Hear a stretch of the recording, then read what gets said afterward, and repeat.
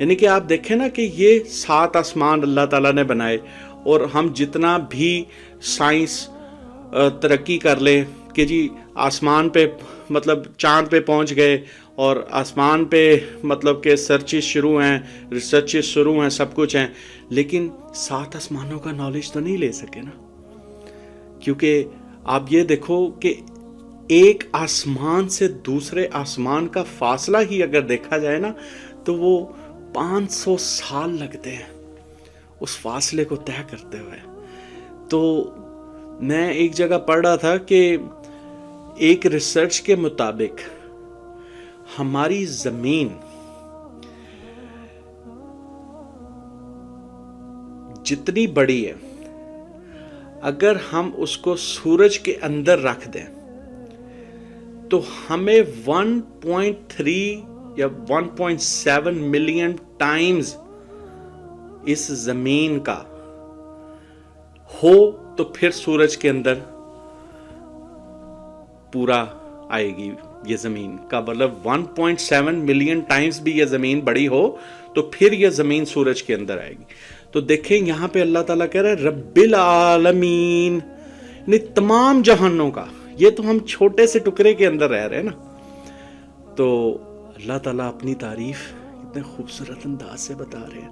اپنا انٹروڈکشن کتنے خوبصورت انداز سے اللہ تعالیٰ ہمیں دے رہے ہیں کہ الحمدللہ، سب تعریفیں سب شکر اللہ کی ہی کا ہے، جو رب العالمین، جو مالک ہے، پروردگار ہے سارے جہانوں کا، سارے عالموں کا، جن کا ہمیں پتہ ہے، جن کا ہمیں نہیں پتہ، سب سپیشیز کا، سب جنات کا، سب فرشتوں کا، سب انسانوں کا. الرحمن الرحیم، جو رحمان ہے، جو بہت مہربان ہے. اور رحمان کا مطلب آپ دیکھیں کہ یہ جو رحمان ہے ورڈ، یہ رحم سے نکلا. ماں کے پیٹ کا رحم ہوتا ہے نا، جس میں بچہ پلتا ہے، بچہ آتا ہے، اللہ تعالیٰ پیدائش کرتا ہے بچے کی، بچے کو بناتا ہے اور پھر 9 مہینے رکھتا ہے اس پیٹ کے اندر، اس رحم کے اندر. تو یہ رحمان، یہ دنیا ایک رحم کی طرح ہے، ماں کے پیٹ کے رحم کی طرح، کہ جس میں اللہ ہمیں پال رہا ہے. اللہ ہمیں رزق بھی عطا کرتا ہے، اللہ ہمیں اپرچونٹیز بھی دیتا ہے، اللہ ہماری نشو و نما بھی کرتا ہے، اللہ مختلف حادثات سے بھی بچاتا ہے. کوئی مالک ایسا ہوگا اس دنیا کے اندر کہ جو آپ کا رازق بھی ہو، پالنے والا بھی ہو، نشو و نما کرنے والا بھی ہو؟ مالک تو بدلتے رہتے ہیں، لیکن ہمارا مالک ماں کے پیٹ سے قبر تک صرف اللہ. تو یہاں پہ اللہ تعالیٰ اپنی تعریف بیان کر رہے ہیں کہ الرحمن، جو سب پر رحمان ہے، مہربان ہے. یعنی کہ وہ صرف مسلمانوں کا رب نہیں ہے، وہ ہر انسان کا رب ہے، وہ ہر حیوان کا رب ہے، وہ سب پہ مہربان ہے، سب کو دیتا ہے. جو اس کو مانتے ہیں، جو اس کو نہیں مانتے، وہ سب کا رازق ہے، سب کو دیتا ہے. وہ ڈیمانڈ نہیں کر رہا کہ میری اطاعت کرو گے، مجھے مانو گے، میرے ساتھ شریک نہیں ٹھہراؤ گے تو تب میں دوں گا. نہیں، اللہ تعالیٰ مہربان ہے سب پہ. الرحیم، تو الرحیم کا مطلب ہی رحمت برسانے والا، مہربان. لیکن یہاں پہ علماء کرام نے اس کو تھوڑا اس طرح سے بڑے خوبصورت انداز سے بیان کیا کہ رحمان اللہ تعالیٰ ہے ان پہ جو اللہ کو مانے یا نہ مانے، سب پہ. رحیم ہے اللہ تعالیٰ جو مومن ہے اور اس دنیا کے بعد کی جو زندگی ہے، اللہ تعالیٰ ان کے لیے رحیم ہے. تو مومنوں کے لیے جو اللہ کے ساتھ کسی کو شریک نہیں ٹھہراتے، جو ایک اللہ کی عبادت کرتے ہیں، جو ایک اللہ کو مانتے ہیں، تو اللہ سب کے لیے رحمان ہے اور اللہ ان کے لیے رحیم ہے، آخرت کے بعد کی زندگی میں، اس دنیا میں بھی اور آخرت کے بعد کی زندگی میں، کہ جو مومن ہے۔ کتنی خوبصورت بات ہے۔ اب ایک فیکٹ ہے کہ جب ماں باپ کی بھی اگر مثال لی جائے، اپنی اولاد پہ بڑے مہربان ہوتے ہیں، بڑی شفقت، بڑا پیار، اسپیشلی ماں کا وہ پیار، وہ شفقت، چاہے بچہ کتنا بھی تنگ کرنے والا ہو، کتنا ہی نافرمان ہو، کتنا ہی وہ مطلب وہ پڑھے نہ پڑھے، ماں کی جو محبت ہے نا، وہ محبت اس کی کوئی مثال ہی نہیں ہے، اس کا کوئی نعم البدل ہی نہیں ہے، ٹھیک ہے جی۔ اور اس میں یہ نہیں ہے کہ آپ صرف مسلمان ہیں، ماں کوئی بھی، تو ماں کا رشتہ تو اللہ تعالیٰ نے ماں کے رحم کے اندر ڈالا نا۔ تو یہاں پہ اللہ تعالیٰ اپنی تعریف بیان کرتے ہوئے کہ الرحمن الرحیم، کہ بہت رحم کرنے والا، جیسے ماں اپنے بچوں پہ رحم کرتی ہے، تو ہم سب نے سنا کہ اللہ 70 ماؤں سے زیادہ اپنے بندوں سے پیار کرتا ہے، ٹھیک ہے۔ تو یہاں پہ ہمیں یہ چیز سمجھنے کو ملی کہ بہت رحم کرنے والا، بہت محبت کرنے والا سب انسانوں کے ساتھ۔ تو جب ماں بچوں کے ساتھ بہت محبت کرتی ہے اور حد سے زیادہ محبت کرتی ہے، تو کیا ہوتا ہے کہ کئی دفعہ بچے میں بگاڑ بھی پیدا ہو جاتا ہے۔ تو یہاں پہ بھی نیکسٹ ورس کے اندر، نیکسٹ آیت کے اندر اللہ تعالیٰ ہمیں بتانا چاہ رہے ہیں کہ مالک یوم الدین، کہ وہ روز جزا کا بھی مالک ہے، آخری دن کا بھی مالک ہے۔ تو اس محبت کا ناجائز فائدہ مت اٹھانا، کیونکہ ایک دن سب کا حساب بھی ہونا ہے۔ اللہ تعالیٰ نے پہلے کیا چیز کہی کہ میں رحمان ہوں، رحیم ہوں، لیکن ساتھ ہی اللہ تعالیٰ نے یہ بھی فرمایا کہ میں روز جزا کا، قیامت کے دن کا بھی مالک ہوں، یعنی کہ تمہارا حساب لوں گا کہ میں نے تمہیں اس دنیا میں بھیجا، میں نے تم پہ شفقت ڈالی، میں نے تم پہ اتنی رحمتیں کیں، اتنی کرامات کیں، تمہیں رزق دیا، تمہیں اولاد دی، تمہیں بہن بھائی دیے، تمہیں ماں باپ دیے، تمہیں سب کچھ دیا جو تم نے مانگا، تو تم اب اس کا حساب دو۔ تو حساب کا تو دن آئے گا نا، تو وہ حساب کے دن کا مالک اللہ ہے۔ فرشتے تو لکھتے رہتے ہیں نا حساب ہمارا، تو پیش تو ہمیں اللہ تعالیٰ کے سامنے ہونا ہے۔ تو یہاں پہ اللہ تعالیٰ بتا رہے ہیں کہ میں روز جزا کا مالک ہوں۔ تو رحمان بھی ہے اللہ، رحیم بھی ہے، شفقت بھی برسانے والا ہے، لیکن اینڈ پہ آپ یہ دیکھیں کہ روز جزا کا بھی مالک ہے۔ وہ مہربانیوں میں، وہ رحمتوں میں، جو بگڑنے والے بچے کی جو مثال میں نے آپ کے سامنے پیش کی ہے نا، کہ جیسے بچہ بگڑ جاتا ہے، بچہ اس میں بگاڑ آ جاتا ہے، تو ہمیں بھی بگاڑ آ جاتا ہے کہ اللہ تو معاف کر دے گا، اللہ تو ایک توبہ سے معاف کرتا ہے، ایک آنسو سے معاف کرتا ہے، تو جس میں کوئی شک نہیں ہے اللہ کرتا ہے۔ لیکن ہم کتنی مرتبہ بہت سی ایسی چیزیں، بہت سی ایسی کام کر جاتے ہیں جس میں اللہ کی رحمتوں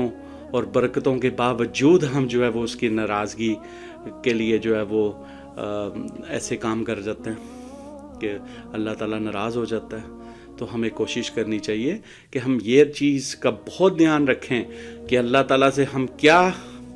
جو ہے وہ، اللہ تعالیٰ ہم سے کیا ایکسپیکٹ کر رہا ہے، کہ میں رحمان ہوں، رحیم ہوں، بٹ میں